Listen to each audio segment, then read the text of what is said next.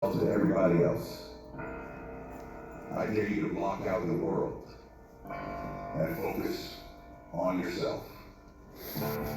It is time to get focused.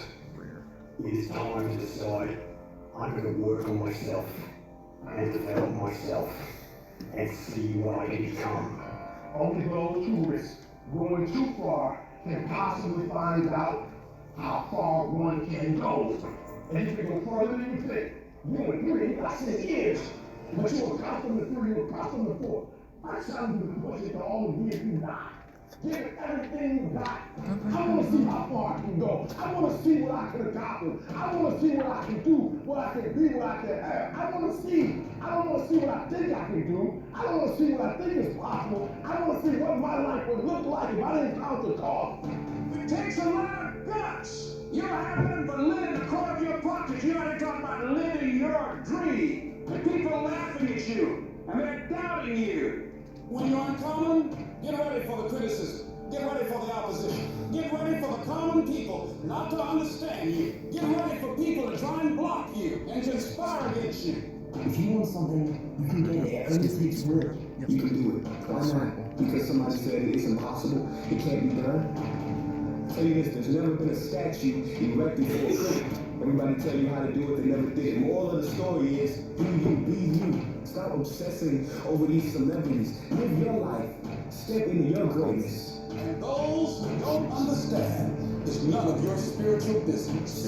You know what's gonna blow you up. You know what's gonna change your situation. You know what's gonna take you to the next level. So stop looking at them and start focusing on the greatness of you.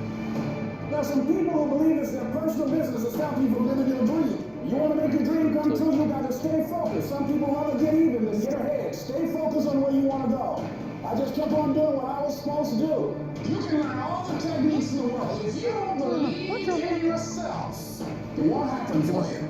You got to focus on you. Telling yourself every day, here we go again. And I got what it takes. This is my day, and nothing out here is going to stop me. You cannot have a positive life with a negative mindset. Because as long as we're on that negativity, it's going to produce negativity. Don't complain. Don't talk negative. Average people use their time to whine and complain. Average people talk problems. The greats talk solutions. You got a better chance to be successful if you can cover yourself. If you can block out the negative talk, if you can block out the negative thoughts, and if you can block out the negative people. If you're all only made up of atoms, then why don't you become the big energy, the stronger energy, the superior one? Stop waiting for others to do it first and break through. And don't do it yourself. If you can break through for yourself, you will break through for others. And others will be in awe of you. Increase your energy and let others thrive off it.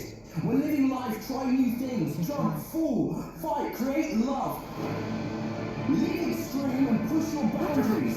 Why? Simply because there will be no other time for you to do this. You can dream of these things, but understand you can also achieve them. The moments that take your breath away are ones that count. You need the downs to make the ups. You need the ups to create the downs. You need to feel the opposites to truly understand the full reality of the life you are living. It's your dream. Nobody's going to see it like you do. Nobody's going to be as dedicated to it as you are. It's your dream, and they don't have to understand. And they don't have to like it. It doesn't make a difference. It's your dream. And you, my friend, have been given the task to make it happen. And you can't let anything stop you from doing what you were called to do. Everybody won't see it. Everybody won't join you. Everybody won't have the vision. It's necessary to know that a lot of people like to complain, but they don't want to do anything about their situation. But you're an uncommon breed. You have to know within yourself that I can do this. Even if no one else sees it for me, I must see it for myself. There's the people that win, and there's the people that lose. And the people that win have something in common when it comes to this level of criticism. Every single bit of negativity, every single bit of doubt, every single negative comment, every single person that says, you can't do this can never happen, those go into a bank. And every time you're tired, every time you're frustrated, every time you want to quit, you remember what these people say. And winners understand that this is some of the most valuable fuel that you can ever have. The only way that you can lose on this journey is by giving up. There are no failures. There's only quitting. Every single failure, every single hardship, every single obstacle is going to serve you if you allow yourself to let it serve you. Because if you're executing day in and day out, day in and day out, day in and day out, over the course of time, regardless of what anybody says, if you are executing day in and day out, no matter what, there is not a single thing that can stop you. Download this video and audio by becoming All right. Good morning, everybody. Good morning, Mr. Jones. All right. Well, we only got one more Thursday after this one. That's it. Semester's over. Then December will be the last day for the final test. December 2nd. Yep. December 2nd is your final. Unless you also missed the test and you want to make it up, then you can also take that exam on the 2nd as well. That is up to you.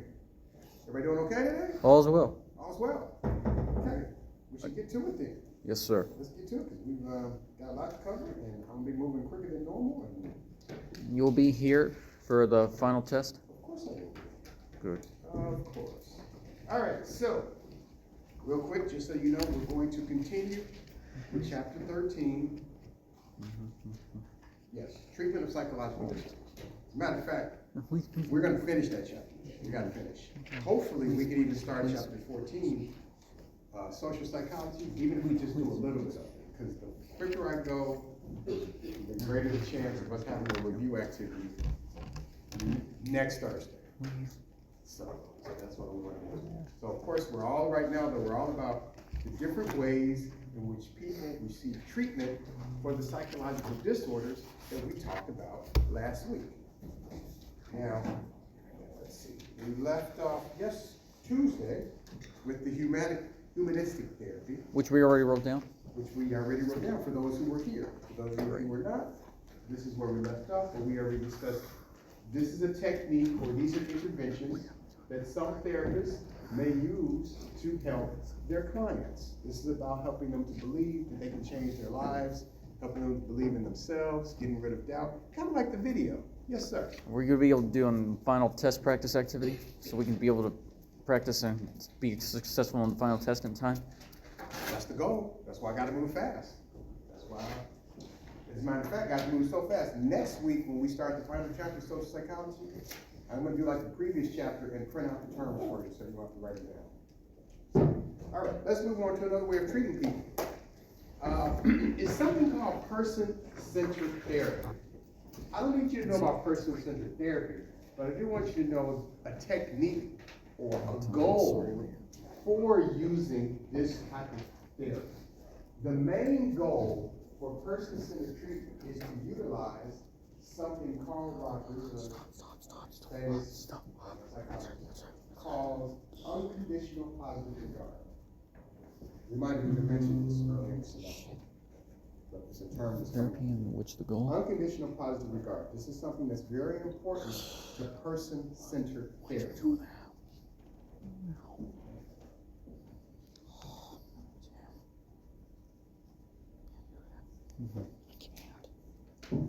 Actually, this is something that's important for therapy, period. Actually, this is something that's important for a lot of our relationships with other people, especially if it's relationships with people we really truly care about. I'll explain that.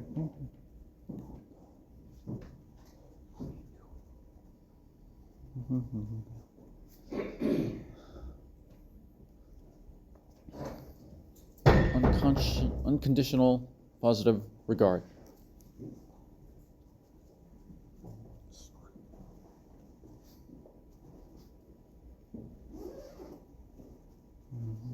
Psychiatrists, psychologists from back in the day, we call it unconditional positive regard. Well, okay, let me back up. Person-centered therapy, first of all, is when you're trying to help somebody reach their full potential.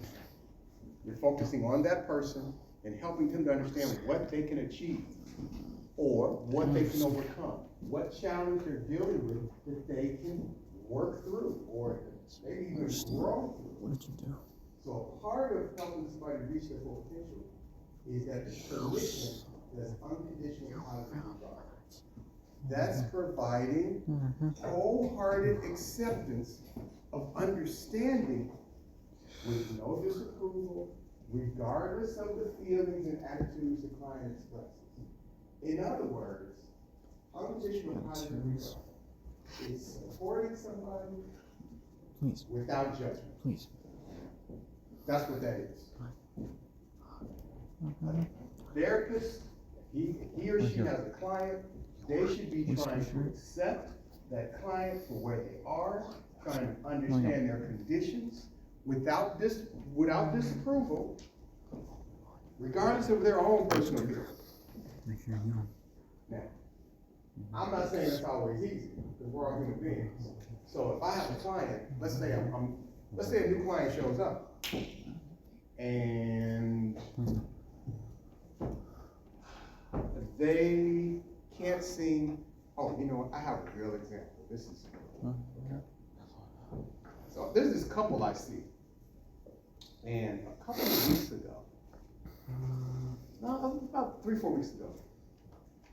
Now, when they come to therapy, these are middle-aged people, when they come to therapy, I can often smell a hint of marijuana. So I go, oh, one of both of them, either they smoked a joint before they came, or maybe they smoke so much, it's naturally in their clothing, because that happens too. A lot of people who, they smoke a lot, they smoke in their houses, so all their clothes smell. And so, about 3 weeks ago, I decided to dive into their possible substance usage. I had no idea what I was about to hear. So, both of them, they drink. Both of them do drugs, and not just marijuana. The woman, admittedly, does cocaine. She literally says she does, wow, I think she says she does about 3 lines a day. So, as their therapist, I could easily sit there and judge them and say, no wonder y'all relationship don't work. You guys are both high and strung out all the time. Why are you expecting him to be perfect and he's high and you're high from coke? Like, what are you expecting? I could feel that way, but now I'm judging them. That's not helpful to them as their therapist. I need to try to not judge them.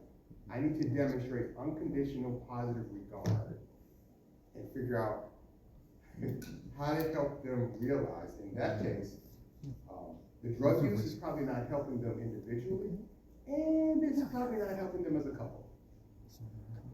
Then we have to go into all types of reasons why they do it. And that lands down a whole different track. But that's the point, trying to accept them for who they are without judgment, which is something we should be striving to do with all of our close relationships. Sometimes friends come to us and they want to talk to us. They want some support. They want some understanding. They ain't asking you to judge them. Well, I told you not to date him anyway. You didn't see the signs? That's not really supportive. It's really not. It doesn't make the person feel good.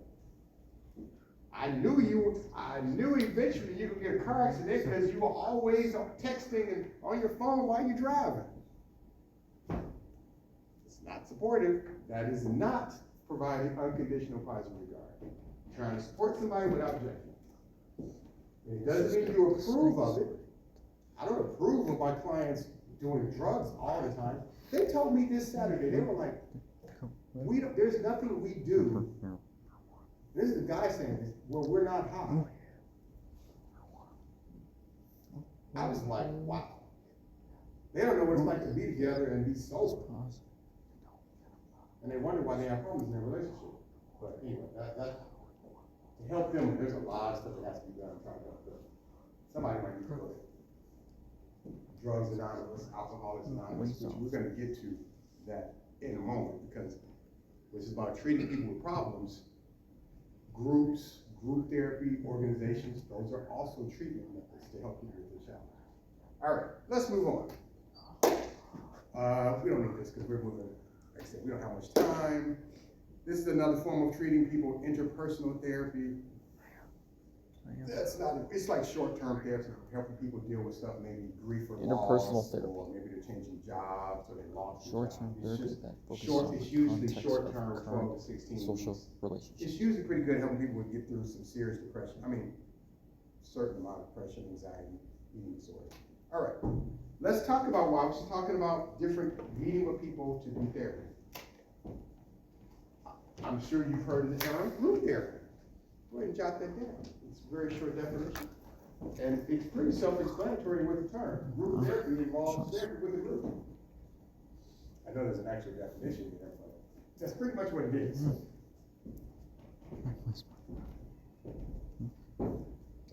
Therapy with people, more people. Not the time right now, not the time and place. Not the time, not the time and place. Not the time and place. Not the time. Group therapy. Therapy in which people meet in a group with a therapist to discuss problems. There's different types of groups. Now, there could be, like, say, I say, hey, I want to do therapy with anybody here who's interested. And so, 8 of you are interested. And so we decide, after this class, every Thursday, we sit together, maybe in a circle, and we just talk about stuff we're dealing with.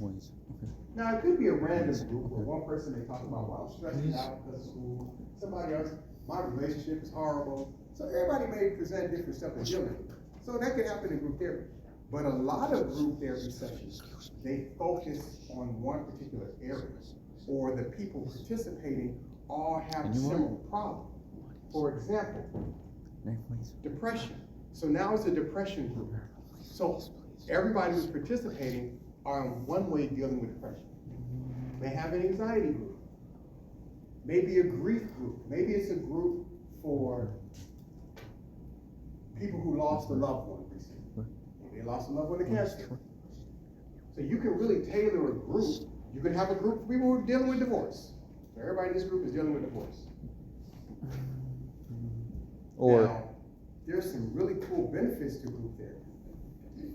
First of all, group therapy tends to save the client money because group therapy is much cheaper than individual therapy.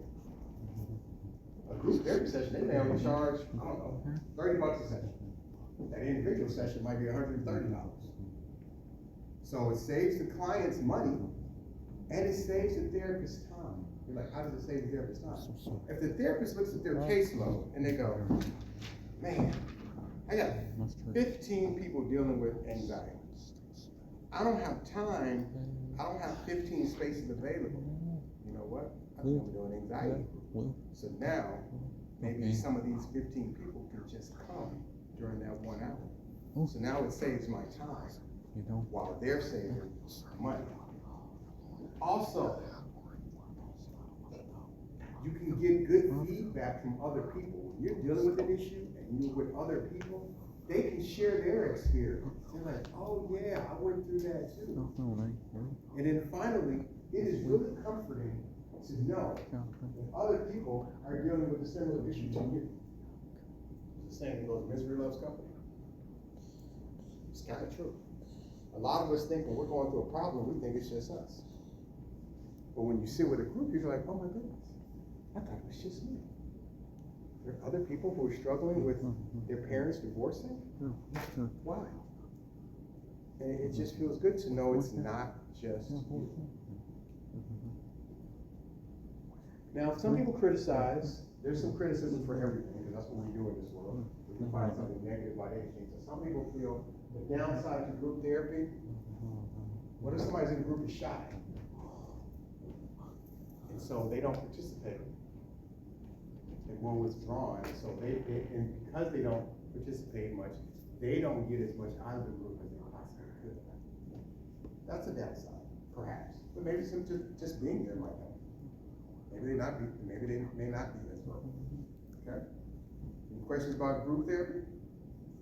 Now, there's something called family therapy, which once again is self-explanatory. This is going to be therapy that includes Surprise, the family.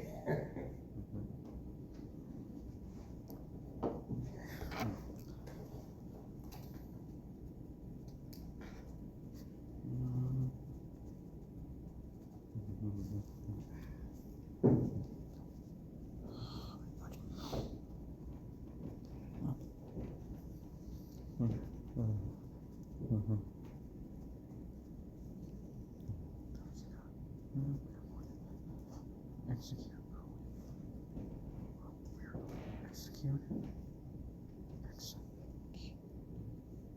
Execute.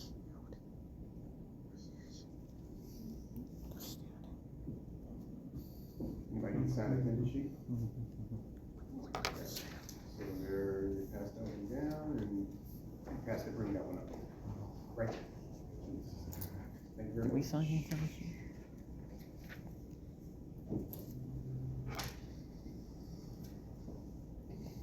Now, one thing I forgot to mention, which I don't know, you might assume, I didn't mention this about group therapy. Group therapy, the person running the group is a licensed clinician. The person that runs, it's not just people getting together in the room. There is a therapist that is running the group. And depending on how many people, like if it's 8 people, it may be one therapist. But let's say it's 15 people, it might actually be 2 therapists, co-facilitating. Okay, family therapy, an approach that focuses on the family and its dynamics. It involves 2 or more family members, 1 or maybe more, whose problems lead to the treatment. Family therapy, the goal is to have every member of the family contribute to addressing whatever the issue is. Jordan, this sounds like Similar problems. you want all family members participating. Alright. I want one person. What's my Family opinion? therapy can be challenging. I can do it right now. I wonder why was it so challenging? Well, what if most of the family members are really blaming all the issues on one person? If dad wouldn't come home drunk all the time, we wouldn't have to deal with these issues. So the challenge for me, as a family therapist, which I am a family therapist, I have to figure out how to address the issue of his drinking and the impact it has on his kids without him feeling beaten up in that session. Think about it. The rest of the family kind of sees him as the bad guy. They see him as the problem. I can't then have a session where everybody's just throwing punches at him, making him feel bad. Because then he might get defensive. He may even leave. I've had people walk out of therapy sessions. Not individual sessions, but I've had people walk out of couple sessions and family sessions. I've had people walk out of couple sessions and, you know, throw them out, slam the door. They may actually cool off and come back. I've had that. And I've had some who have not come back. Maybe they came in separate cars and they rolled out. They were that. I've had family sessions where one person, I'm gonna need you to really try to calm down now, because they're posturing, they're standing up, looking like they're about to throw a blow. Can't have that in a therapy session. I mean, I'm not trying to put hands on anybody, but I'm not gonna let somebody get physically violent in my office. I'm not doing that either. That's just me. I mean, some therapists probably simply step up and call authorities. But I'm not gonna let a guy hit a woman in my therapy session. I'm not gonna give out to me. So, yeah, family therapy is rather challenging. And then at the bottom is something called self-help therapy. That's where people come together in a group, but there is no therapist necessary. I mean, there probably therapists doesn't need to be there. So, for example, AA, Alcoholics Anonymous. There's AA meetings going on all over this area, the city, the United States. There's Alcoholics Anonymous, there's Drugs Anonymous, there's SA, Sex Anonymous, all these different groups. And these can be a lot of people. These can be large groups of people. These can be 50 people having a meeting. They go to AA every Tuesday at 10 a.m. There's no need for a therapist. There likely is not a therapist. So those are self-help groups when they come together with similar problems and just help each other. Eric? That's correct. Any questions on that?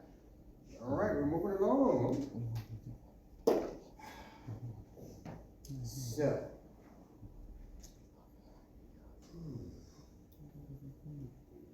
I think if I need to write this down. You know, don't write this down. I'm not gonna, it's not gonna be good. I just decided, this question is not gonna be good. This is about online therapy. So we're talking about, once again, different ways in which people can receive treatment. Thanks to the pandemic, thanks to coronavirus, online therapy has become a real legitimate and common thing now. During the pandemic, at its highest point, almost 45% of people who were surveyed said that their mental health had been affected. That means almost half, probably is really half. Just think of half probably the population of the world probably affected mentally by the pandemic. And so during that period, I'm assuming a lot of you guys, were you in elementary school when the pandemic happened? Who was in elementary school? Who was in middle school? Who was in high school? Ooh. You high school people got screwed. Y'all lost high school. Ooh. I never had a problem because. Oh, see, if it was your senior year, matter of fact, because if I'm not mistaken, there was a year and a half that you guys got affected, right? So, who was a junior or a senior when the pandemic hit? Okay. Did you guys even have a graduation ceremony? Because I graduated. You did? No. Yeah. Physically and part, like you guys were? It was physical. Okay, did you have one? I had one. I just didn't have the prom. You didn't have a prom? No. Did you guys have a prom? No. Yeah, you know who I really felt? Of course, I felt sorry for people who were like, man, they're really excited about they're hoping for prom, they're hoping for actresses. I really felt sorry for, it's gonna sound biased, don't hate me. I felt sorry for the high school athletes who were seniors. Because a lot of them maybe were hoping they were gonna get a scholarship, and their season didn't even happen. I was like, because I played sports in high school, and I've been like, in my senior, I gotta really go out strong. I'm gonna try to get a scholarship. My last year in high school, I want us to win, and your whole season is done. And there's nothing you can do about it. If you ran track, there's no track team. That's just the athlete. I'm sure everybody saw it. But anyway, so during the pandemic, so many places were closed, you couldn't do. I thought I was in trouble. When the pandemic, I was like, oh, I guess I'm not gonna have any clients because you know what, you can't come to the office. Like,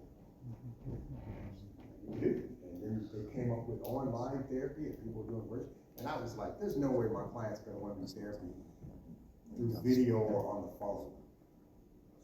I was wrong. I guess because people were struggling, because 45% of the population was struggling, so people started doing it. And now it's proven to have a lot of benefits. It makes scheduling easier, like as far as transportation, because now you don't have to worry about it. Like if you get off work, man, I gotta get off work, go through traffic, get to my therapy about 6 p.m. You don't have to do that now. You don't have to worry about traffic at all.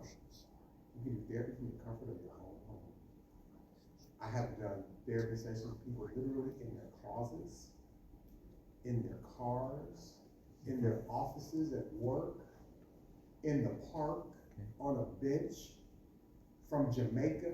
Like, people have literally I've done virtual sessions with people everywhere. People literally on the phone, in the store. When I'm talking to them, I'm like, hold on one second, I'm just gonna pay for my stuff I just bought, and I'll be with you. Like, literally doing sessions like that. A little distracting, but yeah, so it makes it easier. And for therapists benefit because now I'm licensed to practice therapy in Georgia. Typically, I only saw clients that could get to the office.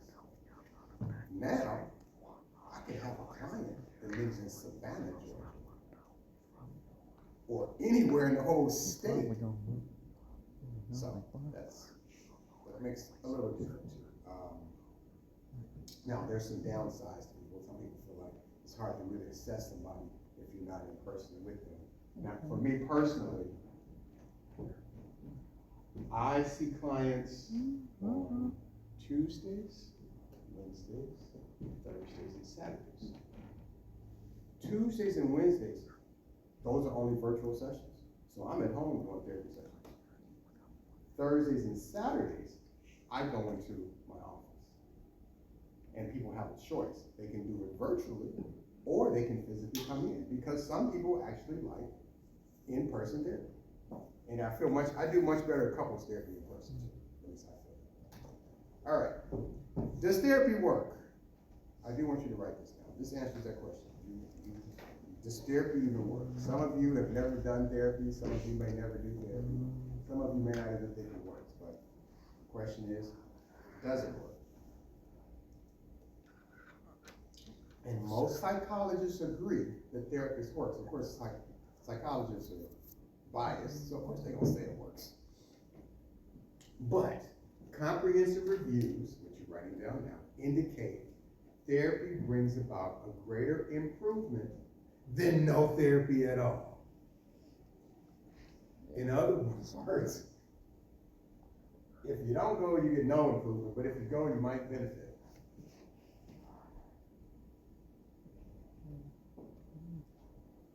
So, reviews indicate that it brings about a greater improvement than no therapy at all.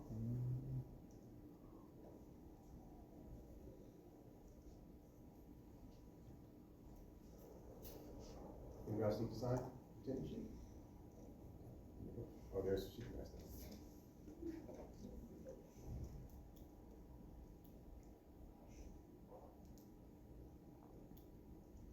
Now, I have to be honest, there's no one thing that works for everybody. Tylenol don't work for everybody. It just don't. Cold medicine don't work for everybody. Therapy doesn't work for everybody. There's a variety of reasons why it might not work for everybody. Could be the person who didn't want to do it in the first place. Could be the therapist is not that good. Who knows why therapy doesn't work for someone? So that's just the reality. No single therapy works for every problem. I may do one thing that helps this client deal with anxiety. I may, this other client has anxiety too. Let me try this with them. It might not work. I gotta try something else. It's just the way it is. Some types of treatment are better than others. But most there, for me, and what they indicated right here, developing a positive relationship between the client and therapist. I think, as a therapist, that is one of the most important things to do. Building a healthy therapeutic relationship. I've had clients that have been my client for 10 years. They may not see me every week, they may do check-ins, like I had a couple yesterday, they just do check-ins. Every 3 months or whatever, they want to have a couple sessions just to kind of see where they're at, address issues where it came up. But I've had clients for a long time. And the reason why I've had clients for a long time is because I make sure we have a very healthy relationship. They trust me, they feel safe with me. I learn about their lives, and sometimes they learn a little bit about my life as well. So that helps build a connection too. I've had clients who I started working with in middle school. I have a client right now. I have 2 clients that are off in college right now. One of them, I tend to only see him when he comes back. The young lady, she goes to Howard. I see her at least twice a month, virtually. Or sometimes over the phone too, while she's in DC. All right. Now, another common way that we treat people with emotional health issues is called biomedical therapy. What we're really saying is that people get treated using drugs. That's what we're talking about when we say biomedical therapy. Drugs. Help people deal with their psychological issues. Based therapy. Double lies.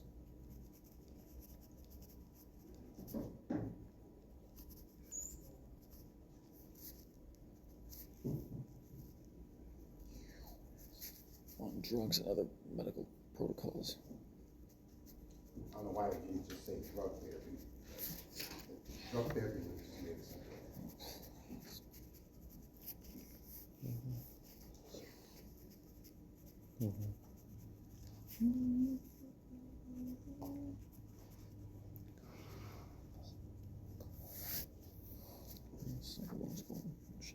biomedical therapy, biologically based therapy that relies on drugs and other medical procedures to improve psychological function.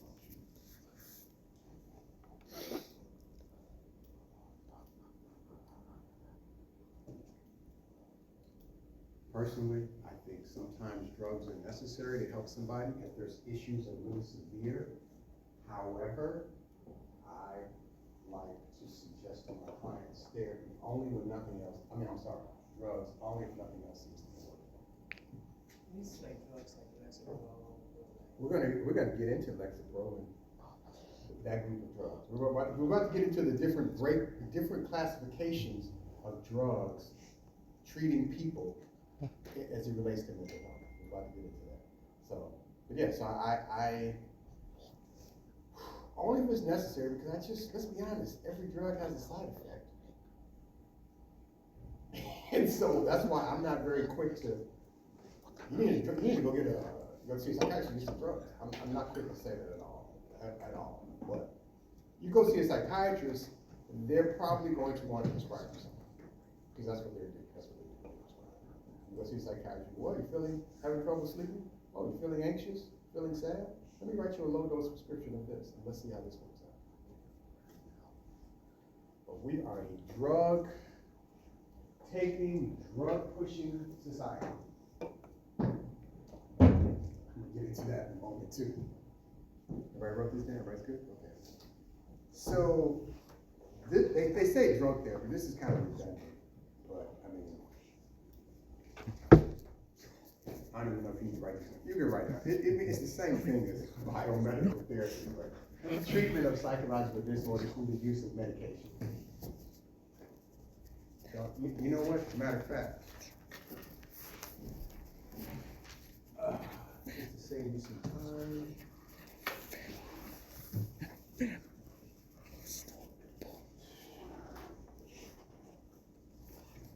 Just stop after the word medication. Just stop after the medication. Treatment of psychological disorders through the use of medication. Don't even write down anything. Cursor right here, stop right here where the cursor is.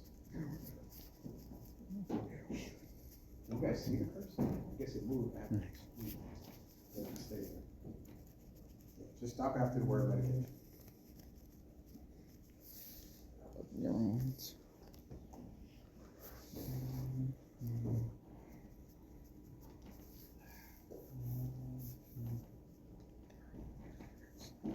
We take so much drugs. I don't know. What did society do before we had all these drugs? They died. What about the mental health drugs? People didn't. Asylum. Huh? Asylum. Asylums? Just lock them up. Yeah, they did have some asylums. What was that? So during Halloween, you know, TVs already put all these horror movies on. There's this movie, I want to say, The House on Haunted Hill or something. It's this place on the hill was a former facility where they took crazy people at. And so there's this one device where they tried to, the method that they used was they had this belief, or whatever makes, you heal the person by whatever makes them crazy, you give them more of that. Like, it was just so, anyway, don't worry about that. Okay, so let's talk about the drugs. This will tell you how much more, this will tell you how drug addicted a society we are. In one decade, we're just talking 1996 to 2005, and I know the numbers are way higher than this. The number of Americans who are prescribed antidepressants, which we're going to get into in a second, those drugs that treat depression, doubled from 13 million people to 27 million people. That's strictly in the US alone, and that's 2005. We're 2025. The number doubled. Even in 2020, and that was 5 years ago, more than 20 million antidepressants were prescribed between October and December. That's not the full year. Just from October to December in 2020, 20 million people were prescribed antidepressants. 20 million? In that short period of time? That I think that's overprescribing. Because we know who benefits from people taking all these meds. The government. I'm sure the government gets kickbacks, yes. And who else? Big pharma. And the big pharma, pharmaceutical companies. They don't care if you guys get they want you to get prescribed medications. They want that. It's money for them, for their investors and their boards. That's the CEOs. They're always creating new pills for you to take. It's very sad. All right, let's talk about the different groups of drugs. We're going to start out with antipsychotic drugs. Now, when the test comes, and you figure out what the correct answer is, this should be really easy. The reason why is because the term itself is defined, it's self-defined. So, for example, antipsychotic drugs treat psychotic people or psychotic symptoms. Like that's just like antidepressants are going to treat people dealing with depression. So when you see it on the test, it's pretty easy to figure out this person is depressed. Should they take an antipsychotic or antidepressant? I guess if they're depressed, they should take an antidepressant. But right now we're starting off with antipsychotic.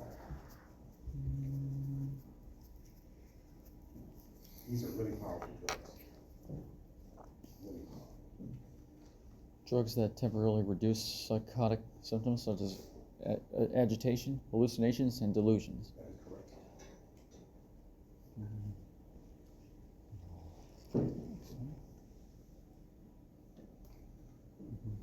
So as you're writing down drugs that temporarily, didn't say permanently, you gotta keep taking them, reduce psychotic symptoms such as agitation, hallucinations, and delusions. People who need an antipsychotic, it's going to be tough for them to take it on their own on a regular basis. If they're hospitalized, they're definitely going to get them, because they're going to say, okay, sir, this is this, time for your meds. When they get out on their own, what's going to happen? A common antipsychotic drug is Thorazine. And usually when people stop taking this medication, their symptoms come back. And I mentioned a moment ago, as we all know, logically, a lot of drugs have side effects. Antipsychotic drugs have long-term side effects. But if people are hallucinating and hearing voices, feeling like they're getting chased, they gotta take whatever they think may help them. Or their family's gonna try to get them to take whatever they think might be helpful. So that's one group of drugs, antipsychotic. That's one way of treating people with that condition. But now, Antidepressant drugs. Antidepressant drugs. These are used to improve people who have depressed moods. These are the vocabulary words that we need to learn that'll be on the test. Yeah, antidepressant. And you don't even need to know the different antidepressants. Because as you're writing that down, also included some of the more popular antidepressants. Things you may have heard before, or things you saw commercials for, because in America, we promote drugs through commercials. Did you know in the UK it's illegal? They don't advertise drugs in the UK. I think it's only us in New Zealand where it's actually illegal. Yeah, isn't it crazy? Like, why we have? It's like we will literally tell you the commercials. Of course, they got to tell you the side effects. They go, it may cause this and blindness and this and that, and maybe even cause death. But they tell you literally, ask your doctor. Like, they want you to go into your doctor's office and ask, hey, can I try this drug? And the doctor is going to probably be like, okay, let's give it a shot.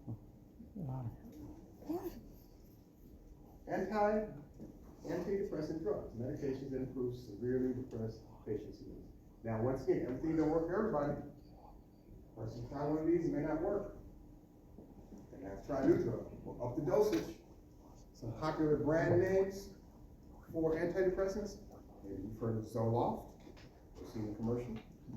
Celexa, Prozac, Rizal, Lexapro.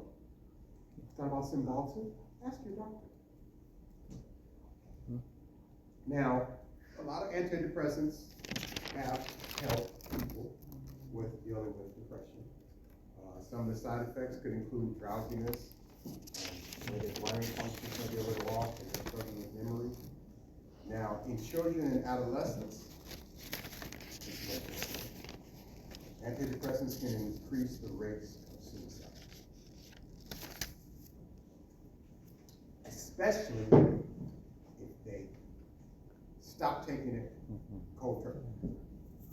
Antidepressants are not drugs that you should just say, you know what, I don't want to take this anymore. You should be weaned off. Some people, especially teens, if they just stop taking it for some reason, it increases the possible risk of suicidality. Number one. I've had clients say, I don't want to take this drug anymore, and I go, please talk to your psychiatrist or your doctor about that. Slowly, I understand if you don't want to take it anymore, but I don't want you to quit cold turkey. Because I don't want them feeling suicidal. Mood stabilizers. You can tell by the first word, what do mood stabilizers stabilize? Your mood. These will be easy questions on the test. Drugs used to test. Treat. Mood disorders.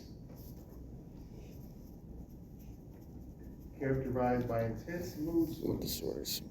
Now, one of the diagnoses or conditions that we talked about a couple of weeks ago that has intense mood swings was bipolar disorder. So a person with bipolar would very likely be prescribed a mood stabilizer. There's two very strong mood stabilizers that are very common. Depakote, don't know if you've heard of that one, and the other one is lithium.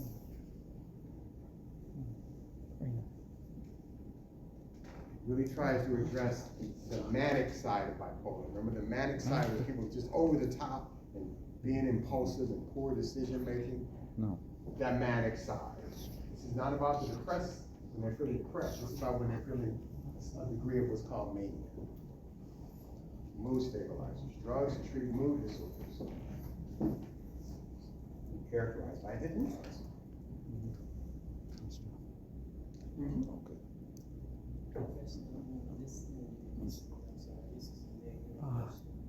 No, it's not. I think no question is ignorant unless you already know the answer. It's okay, I'll admit, I have mood stabilizers, but I think antidepressants. It's okay. Is smoking marijuana on top of that bad? Okay. For those of you who didn't hear his question, he was open enough to share that he's taken antidepressants before. He's wondering if taking antidepressants and smoking marijuana is bad. That was your word. Okay. To be quite honest with you, I don't know.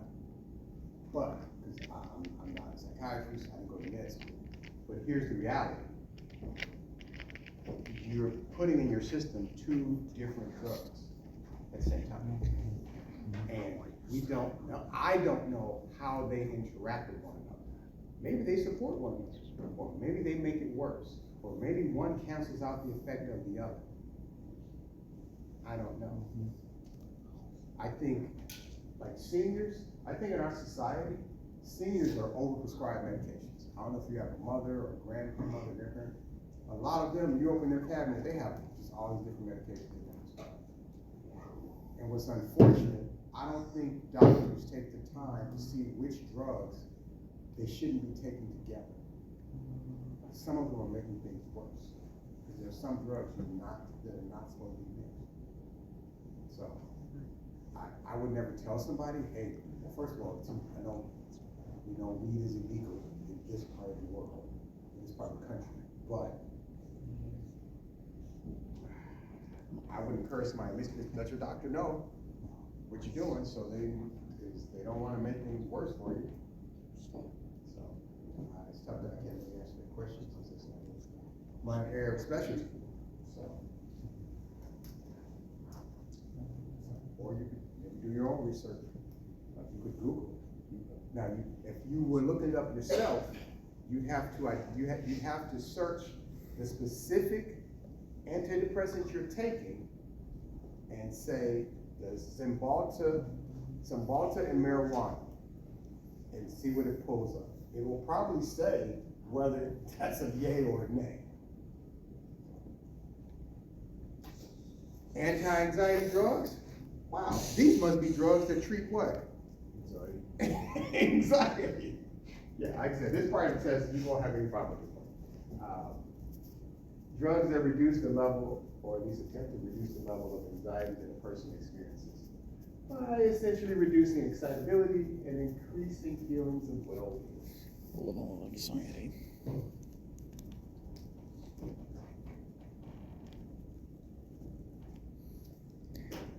Person experiences. I mean, literally, if you just wrote down anxiety drugs, treat anxiety, I think you'll be okay for the test. Essentially by reducing. I'm not going to try to trip you up with food. Some popular anti-anxiety drugs. I'm not familiar with this first one, Prazolam. I've definitely heard Ativan, absolutely. I've had clients who taken Ativan. Valium is pretty powerful. I haven't had anybody take Valium. These drugs can have serious side effects. Fatigue, long-term, using these drugs for a long time, the body gets used to them. You gotta keep taking them. Well-being. From what you said that the pharmacist I did medication can actually Definitely can, for somebody. Not like, because clearly it's a money grab. They don't really they're not doing it for the medication. Well, they have to, pharmaceutical companies, they do want their drugs to help at least some people. Because otherwise, if the word gets out, this doesn't work, nobody buys the drug, nobody prescribes it, and they don't make any money. So they gotta do some kind of test. They gotta find out if this at least helps a percentage of people. So they gotta do some research. They gotta have R&D, as they call it, research and development, has to do tests. Because you can't make a product expecting you to buy it if word gets out, this product doesn't work. Now the other problem is, what if word gets out, this medication kills you or has a really bad side effect? Then that's a problem for them too. And now they're like, ooh, I guess we need to take this off the market because people are gonna start to sue us. So, when taken in combination, now here's a bad combo. I know you talked about antidepressants and marijuana. If you take an anti-anxiety drug and you're drinking, that's dangerous, potentially even lethal. Those two are not supposed to go together for sure. And that's just some anti-anxiety drugs, not all. Just some. Okay. I don't know anybody who's done this, but what this term right here, this is basically electric shock therapy. Electroconvulsive therapy. That's a protocol used in the treatment of a severe depression. Right. It's called ECT, but back in the day, this would just be electric shock therapy. Back in the day, they would hook the electrodes up to your brain and then put like a wooden spoon or something in your mouth so you don't bite your tongue off. And they would just kick on the voltage. Damn. And hope that treats your severe depression. Hope it doesn't do with too much electricity that lead to death. There is That's what very the chair is little evidence that, especially back then, that worked. I mean, I don't know, but there was, I guess the idea was let's electrocute somebody into wellness. But in today's society, you would not get that type of voltage where they gotta put a wooden spoon in your mouth to prevent you from biting your tongue off or chipping your teeth. So ECT, electroconvulsive therapy, is where a current 770 to 150 volts is briefly administered to the patient. Now, it can make them go unconscious, it can produce a seizure, they go experience seizures. It's controversial. Some people don't think it does any long-term good, but it is something that exists. It's nowhere near as intense as it would have been during the 1940s or 50s when people were just getting fried.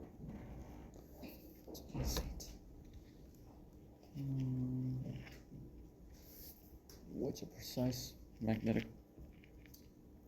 So when you see electro, 70 to 150 volts, you know what that is. Magnetic pulse. Electroconvulsive therapy. I'm show you a picture in a second what that looks It's directed like to a in the specific 21st area. century. It's a lot different than how it looked back then.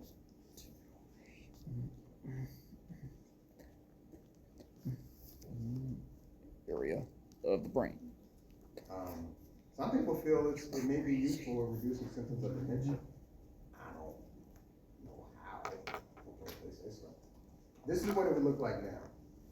You would lay down on a little bed, they put down a little electrodes, they monitor your heart, your muscle, your oxygen rate, and then they would hook up the ECT device and they would record information. And it would just moderate how much voltage you got while you were laying there. It's a peaceful procedure right now. That's, but like I said, this is some desperate stuff. If somebody says, I want you to think about ECT, yeah, that's because this person's issues are so severe and absolutely nothing else has helped. Therapy, residential, drugs, nothing's helped. And okay, let's try this.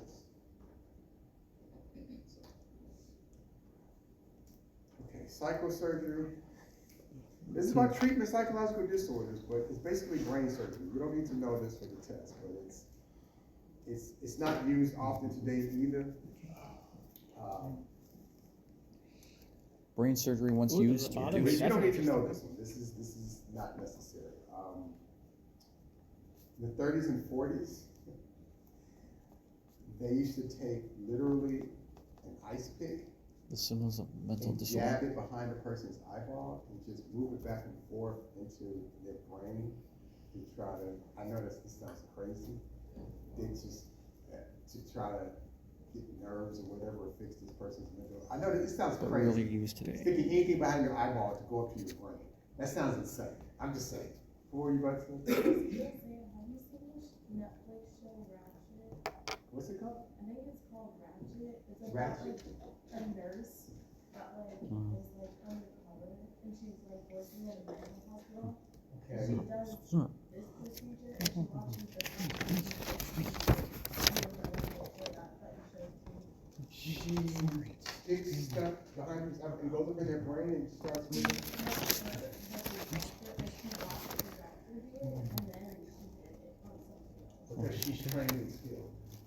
So what period of time did this show stay? Is it like the past? Or? 1940. Oh yeah, see they did it then. Yeah.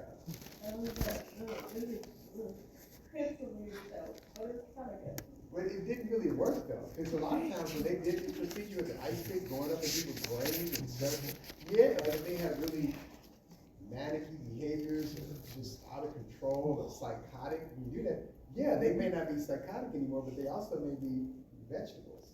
They may just sit down just stare at the window all day. Because you sever severe brain cells and nerves. Like, yeah, like they didn't know what they were doing. Yeah, I've seen it where there's the whole Change. behavior just warped. I don't know the name of the person, but I'm sure you're familiar with the Kennedy family. Where do you live?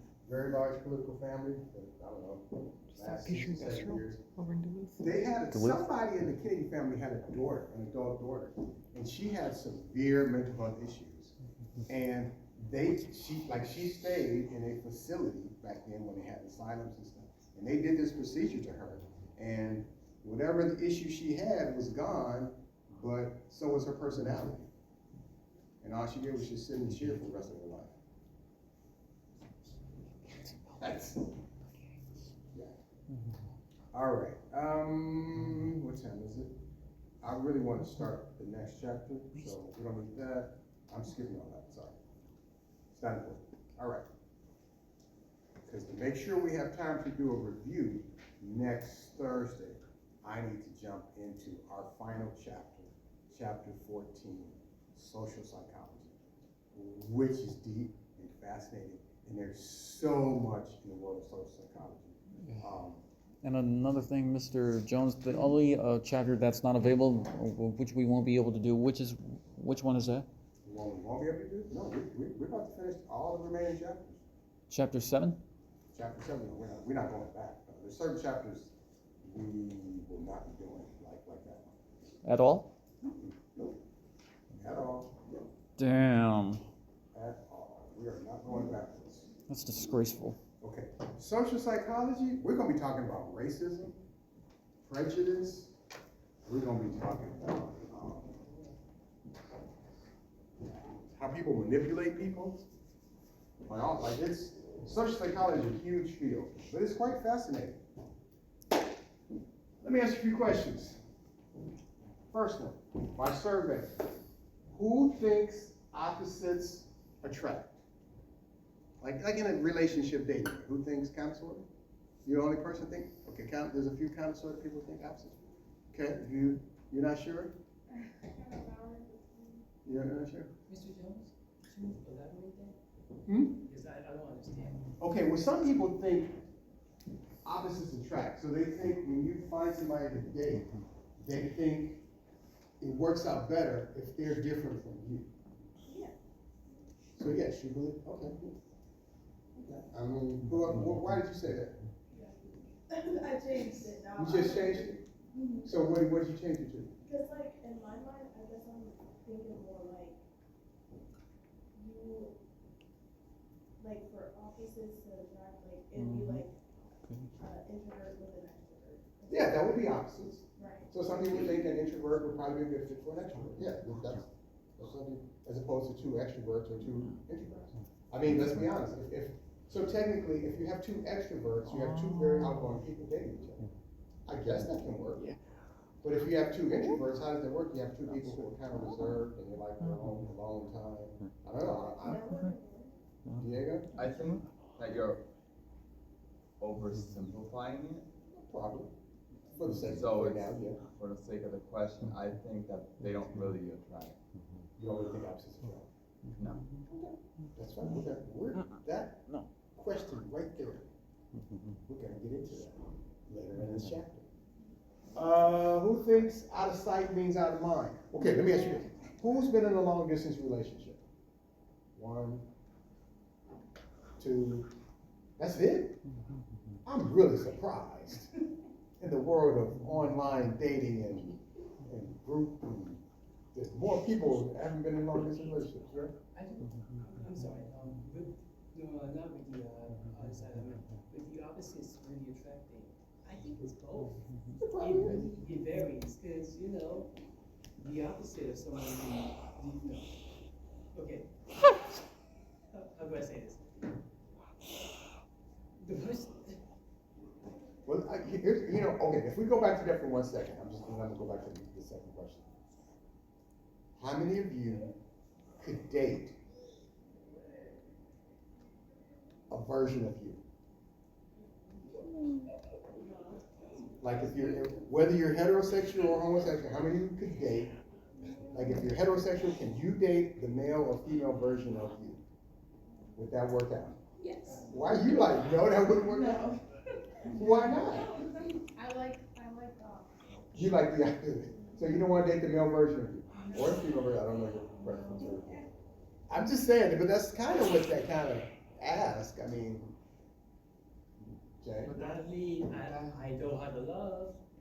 So we will know. So would you be okay dating, assuming you're heterosexual, I don't mean to assume that, would you be interested in dating a female version of you? Yeah. Okay. Yes. But that's like the exact same, but just because somebody is different from you does not mean that they are your opposite. That is true. You're right.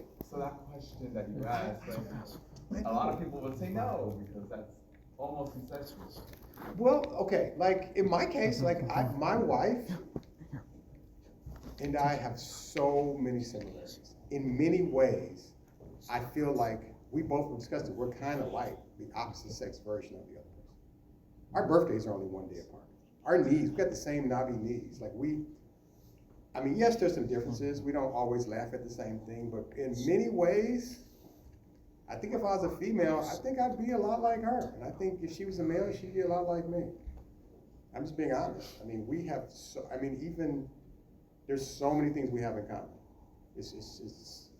I mean, we're both licensed therapists. We didn't meet in school or nothing. We met in the grocery store. There we are, me and the grocery store, we're like, wow, you're in school to be a therapist? I am a therapist. Okay, out of sight, out of mind, when I asked about the long distance thing, because if you're in a long distance relationship, you don't get to see them every week or every day. And so the question is, how long can that relationship last if you don't see them much? You don't get to spend time with them. You don't get to date them. You don't get to go out with them. So in this case, because you don't see them much, suddenly your feelings fade over time?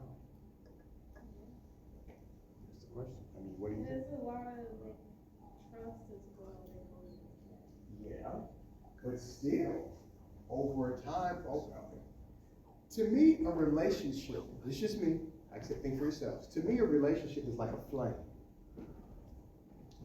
A fire, for it to continue to burn, it needs a couple of things. One, it needs something to burn, and it needs oxygen, or else it's going to die out. To me, relationships need to be fed as well. And sometimes they're fed through time spent together, conversation. That's how you feed it. So if you can't figure out a way how to feed this relationship, even though it's long distance, there's a good chance it may die out just like a flame. So just for anybody who wants to consider a long distance relationship, just know you got to figure out a way how to feed it. So what motivates, this other question, what motivates the person to sacrifice themselves for another person? There's some people in this room that would sacrifice themselves for somebody else. Preferably somebody else. Some of you wouldn't. There's this really cool story in your textbook. This is the ultimate sacrifice. I think it's either in this textbook or some other textbook, but it was a really cool story where this is in another country.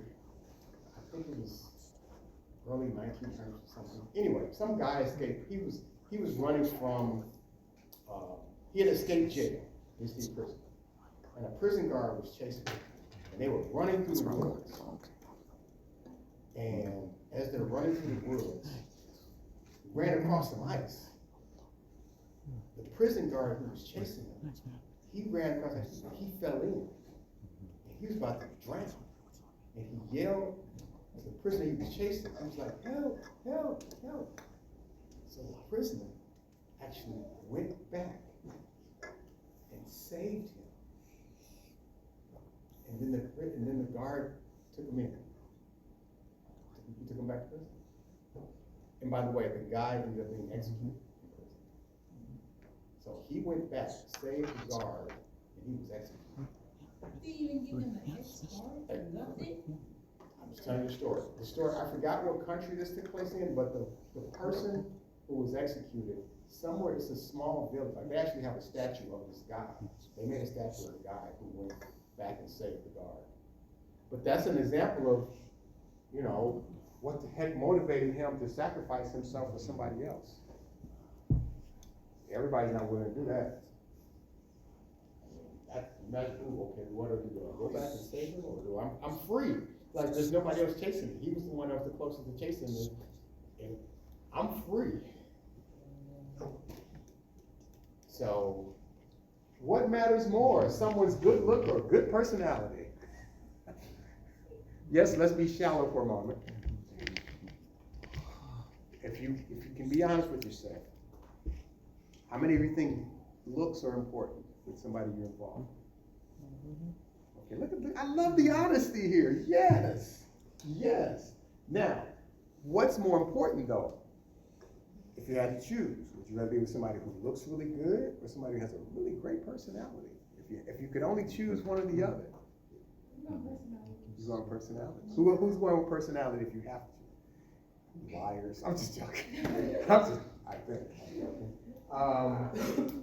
Okay, why is personality more important for you? Well, because you can have somebody that looks really good, and then they're like the most shallow person you ever met. Like they could be the worst person to you and like abuse you and stuff, but they look good. So I'd rather have somebody that's a nice person and they don't have a feature that I like, but oh well, I got something else. Anybody have something different to say than that? Like just she's saying, person could have a horrible personality, be abusive. I mean, but there are some people, I mean, let's be honest, guys are probably a little bit more shallow than females. There are some guys who will date a female if they consider her hot or really attractive. Or juicy. Yep. He said juicy. That is hilarious. Please forgive me. No, but that's funny though. I'm just not going any further with that comment. But that is funny. But yeah, there's some guys who will be like, she the finest girl in the school. Yeah, she may not have a sense of humor or no personality, but she sure look good when I walk down the hallway with her. Now, how long that lasts is another story. It's probably not going to last if you're only with somebody because of their looks. That's yeah, I mean, ideally you want to get both. You want to be with somebody who you're attracted to and they have a personality. Because we know in reality, looks can change. Looks can fade. You get older, people's bodies change, their face changes. What if they get in an accident, they get in a car accident, they get a nasty scar on their face? Like, they were, before they looked like a model, now you're gonna break up with them because they have a deep scar going across their jawline? I mean, if you do end a relationship with them because of that, you kind of look a little shallow. But people do it. People do it. Why do people feel compelled to wear the same tennis shoes as everyone else? Why? Let's go with Jordans, for example. Why everybody gotta wear Jordans? Because it's a popular thing. What? It's a trend. It's literally a trend. What'd you say? Hive mind behavior. Hive mind behavior. Okay, let me ask you this. So, okay, I'm just curious. Who has a pair of Jordans? Somewhere. Okay, so half the class has Jordans. Okay. You can debate me if you want, but I refuse to believe that Jordans are the most comfortable tennis shoes that they make. I refuse to believe that. The most comfortable compared to any other shoe brand. What do you think? I mean, they're not, but it's like, it just comes down to like style. Exactly. Jordans are more about style and name.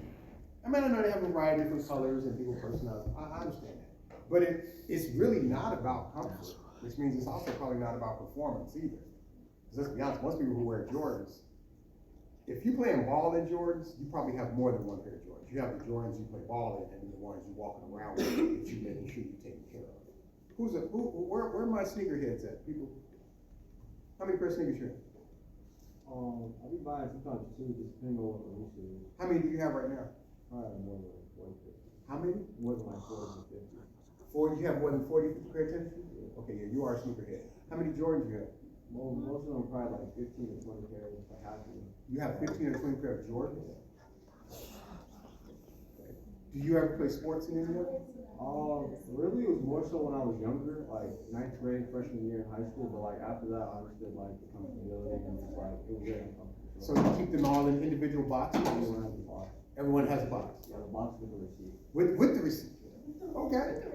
Well, see, you know what, though, here's the thing, I know you're like, you got the receipts. Well, see, here's the thing, and I'm not a sneakerhead, but because Jordans can maintain a value, if he decides to sell them or trade them, it's helpful, isn't it helpful to have the receipt? 100%. See, that's why. This is the sneakerhead, this is not something for regular people. There's sneaker shows where people go and trade and buy, and because he has the original box, because he has the original box and the receipt, he can probably get more for shoes if he decides to trade or sell them than somebody who just went in their closet and pulled some out that are all scuffed up. I'm just calling. I don't. That's not my world, but now I kind of understand, the money part. I'm like, but I'm not no judgment and respect. It's just, me personally, because I'll be honest, I haven't heard about Jordans before 2015. Really? Yeah. Well, they've been around. Jordans came out when I was in high school. I'm just saying, they've been around. I mean, because Michael Jordan was out when I was in high school, and that's his first shoe.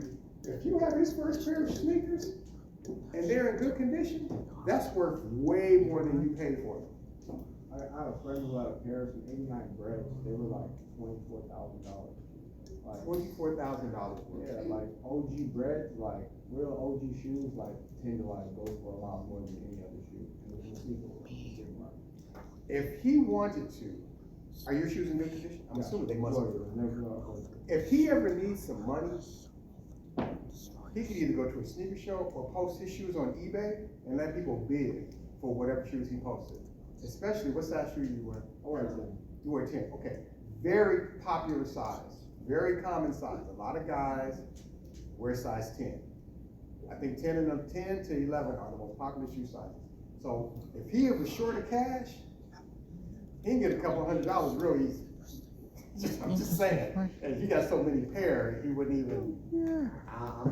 That's why I'm okay. So when the discussion is why people compare to wear the same tennis shoe, this is all about. I know, ironically, Jordan talks about hive mind.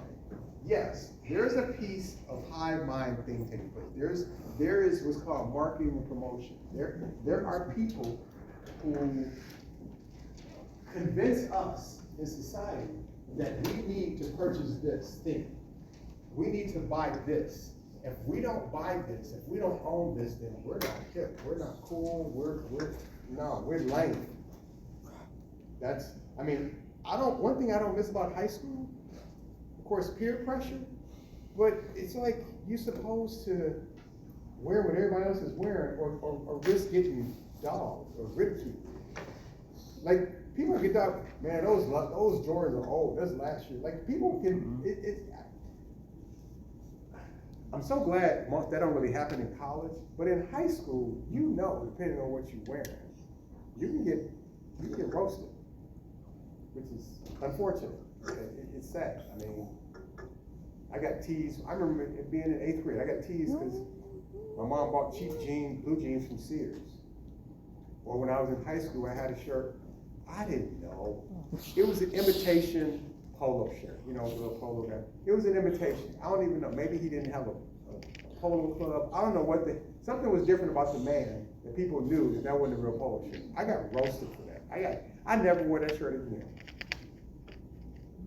So if I wore a polo type shirt, because I didn't have no money, so I just bought the shirts that didn't have nobody on it. It didn't have a guy on a polo horse.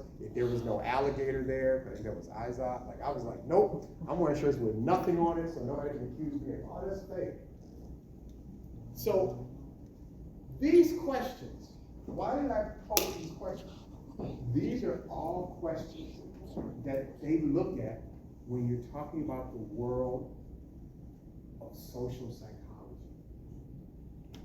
Why people do what they do. How are they influenced by other people?